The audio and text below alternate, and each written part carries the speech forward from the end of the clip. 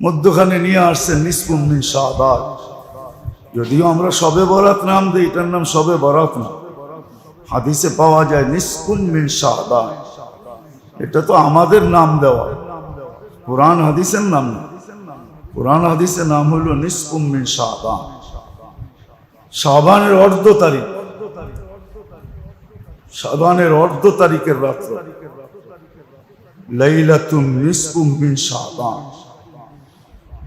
রাত দিন শাবানের।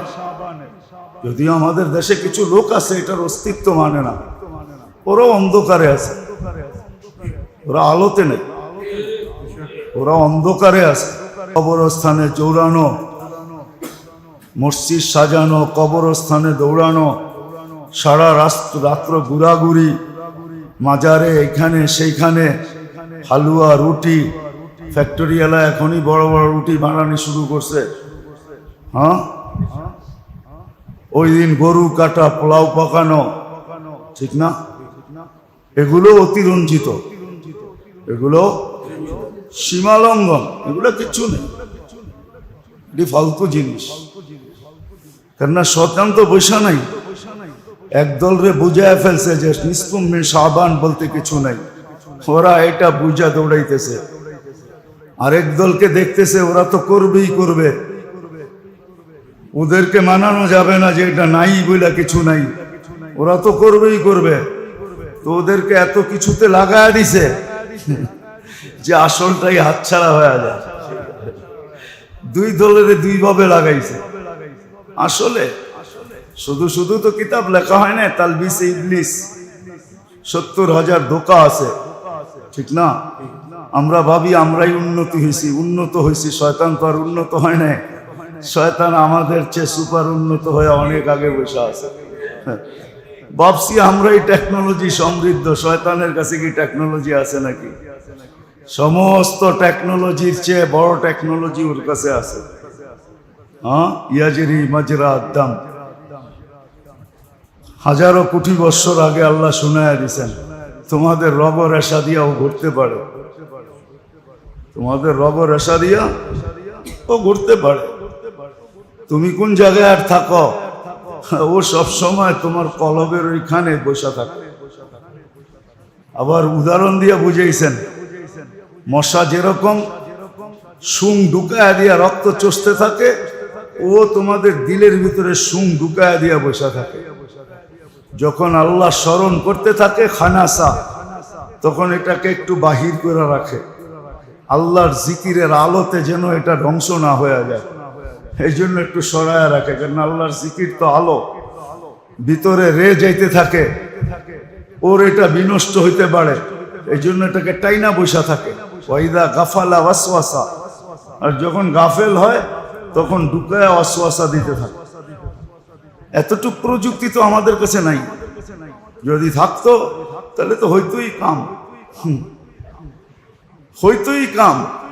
যে 1 সেকেন্ড পরে কি হবে নিজের এটা জানে না, তারপরও তো বাপ দেখাই এরকম চলে যে কিয়ামত পর্যন্ত বাঁচবে, কোনোদিন মউত কাছে আসবে।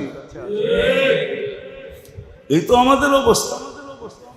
এই জন্য যেটা বুঝাইতেছিলাম, এই পর্বগুলো আসা, এক একটা পর্ব যে আল্লাহ নিয়ে আসেন, সত্য এটাই। শেখ সাদি রহমতুল্লাহ আলাইহির মতো দার্শনিকের কথাই সত্য। হামা সব সবে কদর আগর কদর দান, প্রত্যেকটা রাত্রই সবে কদর, যদি তুমি মূল্য জানো, মূল্যায়ন করতে পারো। জীবনের মুহূর্তটাই কিন্তু সবে কদর, প্রত্যেকটা মুহূর্ত সবে কদর, প্রত্যেকটা মুহূর্ত বড় দামি।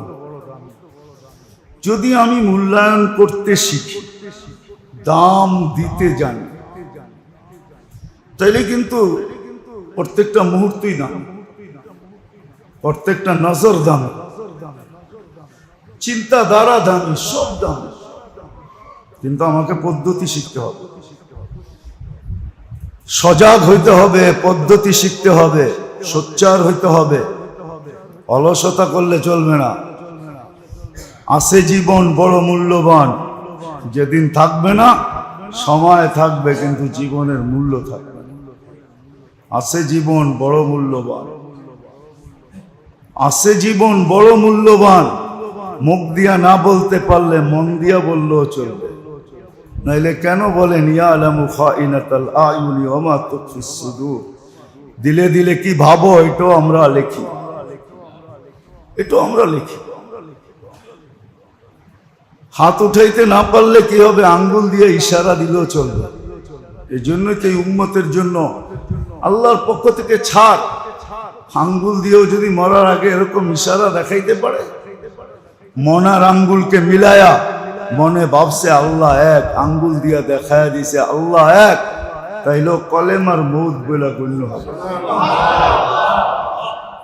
আল্লাহ সুযোগ দিতেছেন। আসতেছেন 7 তারিখ দিন গিয়া রাত্রে, আজকে তো 3 তারিখ, 7 তারিখ দিন গিয়া রাত্রে আসতেছে। নিসফুম মিন শাবান, বড় সুযোগ। এই রাতের অস্তিত্ব আছে, ওদের কথায় কান দিলে চলবে না, যারা বলে এটার কোনো অস্তিত্বই নেই।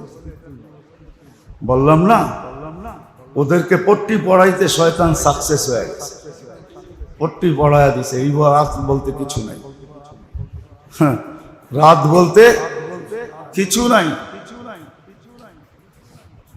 আবার কেউ বলছে আছে, কিন্তু অতিরঞ্জিত করে ফেলছে। অতিরঞ্জিত না, এই রাত্রের অস্তিত্ব আছে, বরকতময় রাত্র, এটাই সত্য। বরকতময় রাত্র, এটাই সত্য। এক ফরজ 70 ফরজের সমান। অতীত বৎসরের সমস্ত ফরজের ঘাটতি যেটা দ্বারা পূরণ হবে, বিরাট বড় একটা ঘাটতি আমার কাছে থেকে যাবে। শুধু এখানেই শেষ না, এক রাত্র 83 বৎসরের সমান হবে। যেই মাসটা বরকতে ভরা, দুর্গন্ধটাও যেই মাসের দুর্গন্ধ আল্লাহর কাছে সুঘ্রাণ মনে হয়, ওই মাসটার প্রস্তুতি। এটার জন্যই 15 দিন আগের রাতটা রাখা হয়েছে, যে প্রস্তুতি নাও। একা একা একা একা তুমি প্রস্তুতি নাও এই রাত্রে। সারাদিন একা একা ছুটাছুটি করা না। আমাদের দেশের নিয়ম তো হলো ছুটাছুটি করা। দেখবেন সারা রাত্র ছুটাছুটি চলতেছে, কেউ এই মসজিদে, কেউ ওই মসজিদে, কেউ এই মাজারে, কেউ ওই মাজারে। এখনই দোয়া মাচা শুরু হয়ে গেছে, সারা রাত্র কবরস্থানে। এই রাত্রটা ছিল একা একই রাত্র, নির্জনতার রাত্র। একা একই বৈশা এই বরকতময় রাত্র নিজেকে পরিপূর্ণভাবে রমজানের প্রস্তুতি নেওয়া, মাফ করানো, নফল ইবাদতের মাধ্যমে ভিতরে একটা যোগ্যতা পয়দা করা। ওই রাত্র থেকে নিয়ে রমজান পর্যন্ত পেলেন, কিন্তু ভিতরের শক্তিতে ওরে, এটা জানেন? মনে হয় বুঝাইতে পারিনি। পেলেন কোন শক্তি দিয়া ওরে? না বাইরের শক্তি দিয়া? বাইরের কোন শক্তি প্লেনের পক্ষে থাকে না, সব বিরুদ্ধে। মেঘ থাকে, বাতাস থাকে, উপরে যখন উঠে তখন শূন্যের চাপ থাকে, টেম্পারেচার কমতে থাকে, -60 পর্যন্ত হয়ে যায়।